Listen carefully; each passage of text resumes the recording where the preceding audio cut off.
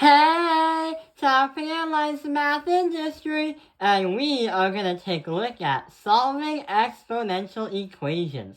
So in the past, we've been learning a lot about exponentials, how to graph them, and how they apply to real life. But what we're going to do is, if you ever saw an equation that had exponentials, how would you solve it? So solving it is kind of like solving these kind of problems right over here. So in Algebra 1, or maybe pre-algebra, you probably saw something like this. But in the same idea and the same way to solve it, we would have to solve these kind of problems right over here. And what you might think of is they're just numbers. But if you notice that the 3x plus 7 and the x minus 5 are actually exponentials. Exponentials? Here's what we have to do.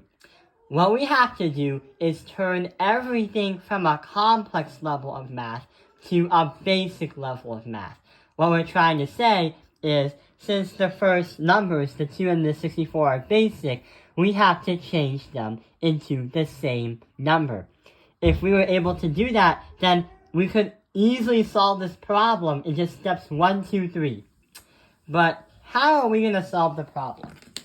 2 and 64 are bases, and what we could do is we could try to transform that 64 to match the same number as the number 2. 64 can be expressed in another way of saying it. Instead of 64, we can transform that into 2 to the power of 6. If you do 2 and multiply by itself 6 times, you would get 64 as the power. So we have a 2 to the power of 6 and a 2 to the power of 3x plus 7. Now we have everything as on a basic, easy level as we can. Let's rewrite it to 2 to the power of 3x plus 7, and that's going to equal to 2 to the power of 6 in parentheses, x minus 5. So now we have the 2's and the rest. But hang on.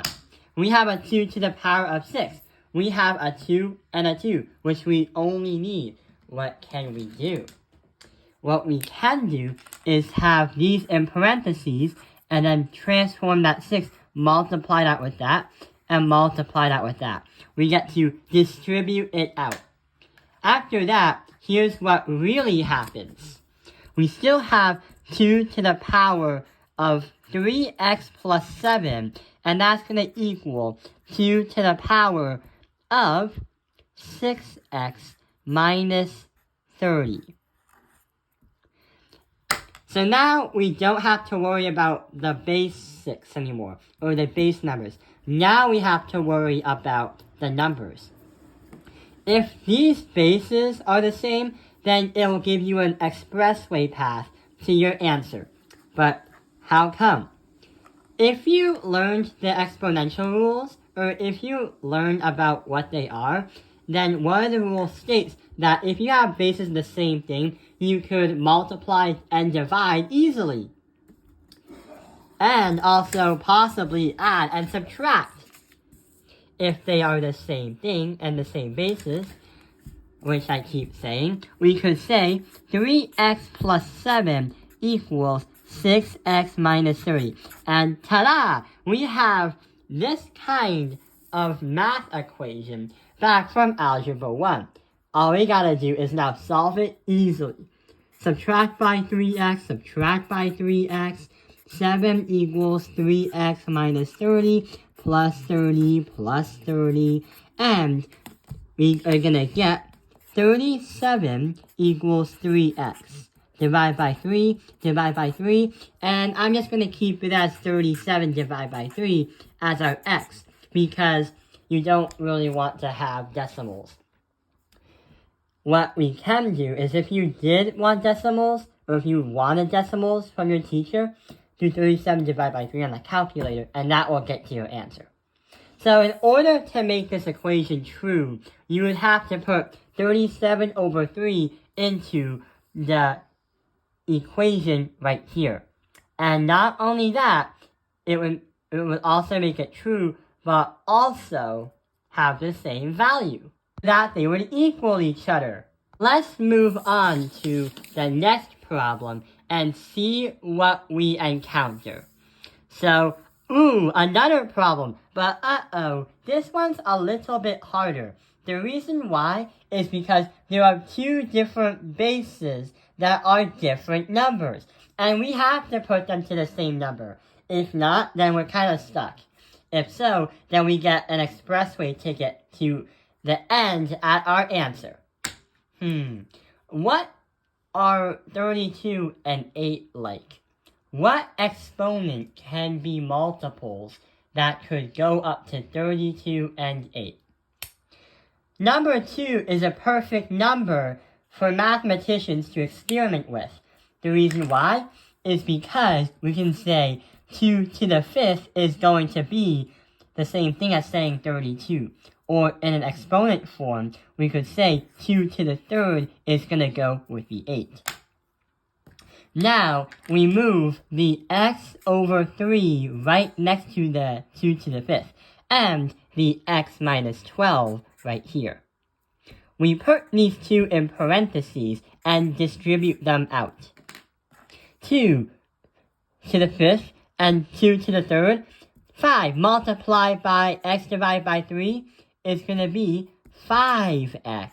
Divide that by 3. And we are going to get, for this one, 2 to the power of 3.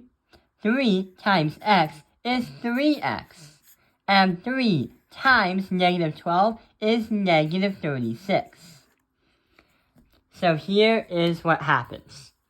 2 to the power of 5x over 3 is equal to 2 to the power of 3x minus 36. Haha! Now everything has the same base, since this is the same, and that's the same, and the exponential rules state that we could have them the same. That means we could easily solve this out just by using algebra.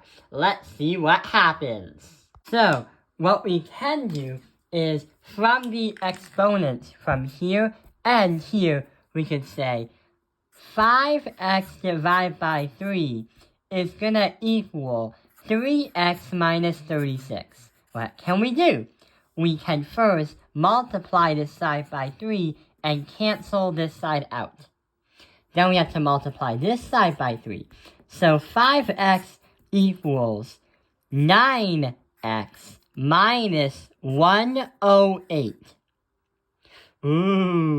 We are going to put this 9 to the other side.